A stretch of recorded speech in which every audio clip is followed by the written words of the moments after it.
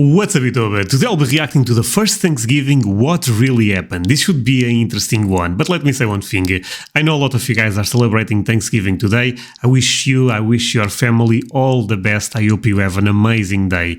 And I'm also so thankful to all the support you guys have been showing lately. I have people watching me on a daily basis and I don't even know why the channel is doing so well, but I still appreciate that. And like I said, I'm super thankful. Now, if you can leave a like on the video, thank you so much for that. If you can subscribe, even better. Let's go into this one. Link for the original video in my description, and let's see what this is about. The first Thanksgiving. American schools generally teach a conventional story about the meeting of pilgrims and Indians that finished with an amazing dinner. The end. So, it's kind of funny that he puts things this way, because this is exactly what I know. But details, don't ask me about those. I have no idea. But there's more to the tale. This video will explain the events around the first Thanksgiving and how it's not the image ingrained in tradition. At the start of the 17th century, southern New England was home to a variety of busy communities within several confederations. Sure. These were the people of the first light, and they called their home the Dawnland. Political leaders were known as sachems and had been trading with Europeans for over 100 years before Okay, so that's nice. the Pilgrims. Relations soured only after deceitful Europeans kidnapped locals to sell as slaves. Permanent European settlement was impossible due to the already high population of native occupants. But in 1616, tradesmen introduced a disease to the Dawnland, whose inhabitants died in droves from a lack of immunity. In 3 years, up to 90% were wiped out in several confederations, including the... Oh my god, what a disaster. Oh, okay, this video starts... the Wampanoag.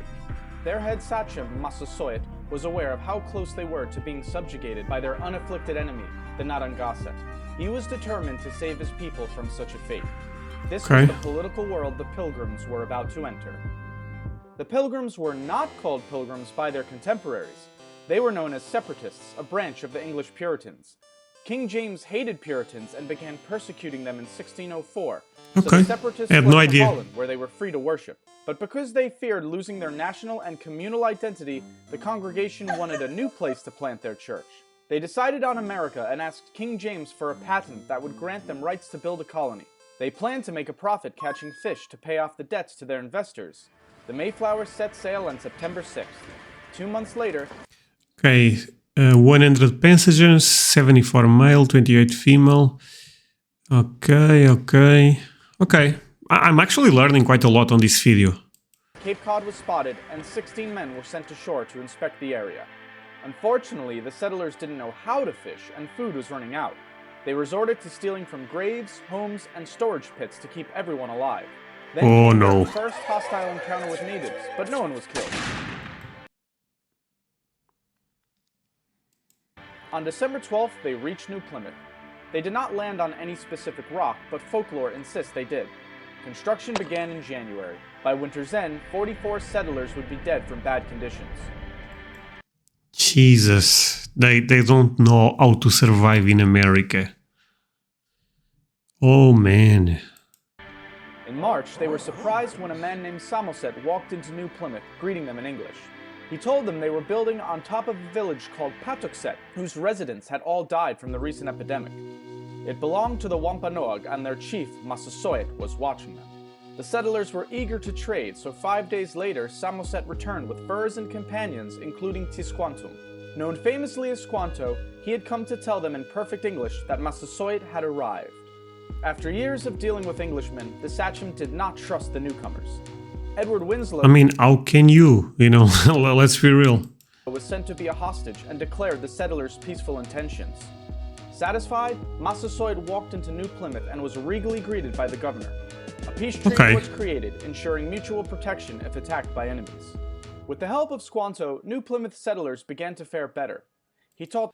Oh, okay, so they end up teaching them how to survive, basically, right? So, oh man, so they should be very thankful to the natives there, because they kind of saved them. Oh, this is really interesting. Taught them how to grow crops and was absolutely vital as an interpreter. To the separatists, he was a gift from God. But Yeah. in fact, Squanto had been kidnapped from Patuxet in 1614 and shipped to Spain to be sold into slavery. He ended up in London at the home of a merchant who taught him English and arranged for Squanto's return to the Dawnland in 1619. But Patuxet was now What? This is a real story. Oh my god, this is crazy. gone, wiped away by the epidemic. Massasoit took him in with suspicion because of his years abroad, but needed a translator to parley with the newcomers. He eventually sent his warrior Hobamok to live among the settlers and keep an eye on Squanto. By fall, the settlers had a bountiful harvest and a feast was held to celebrate. Massasoit showed up with 90 warriors and 5 deer for the meal. For 3 days, the English and Wampanoag ate and entertained one another. This 3 days, really? Okay, so this is the first Thanksgiving, correct? So, but seems like everything is in peace now. was the famous first Thanksgiving children learn about in school. However, the word Thanksgiving would not have been used by these settlers to denote a harvest feast.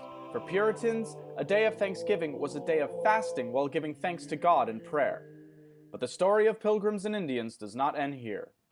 During New Plymouth's first year, Squanto had been up to something. Realizing his substantial power as the only English speaker of his people, he conceived a plan to overthrow Massasoit. He persuaded locals he could command the English. Okay, Squanto is the main character on this movie.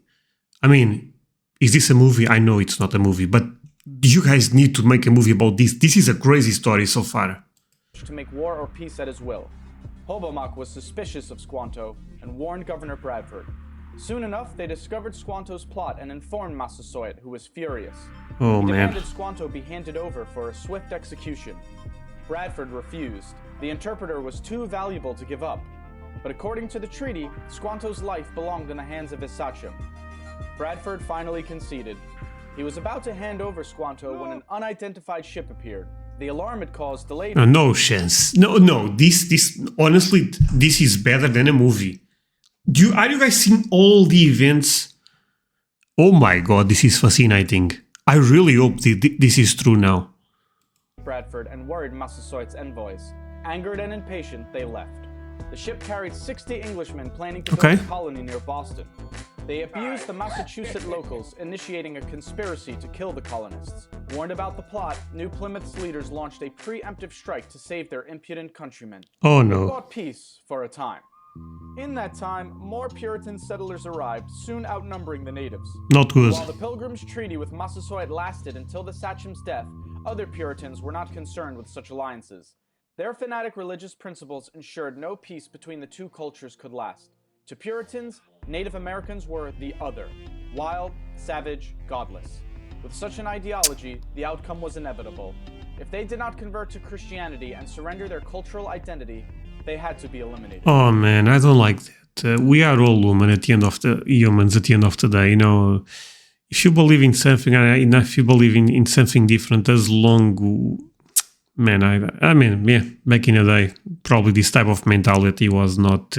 Even today, this mentality is a lot of people struggle with that. They think their way is the only way.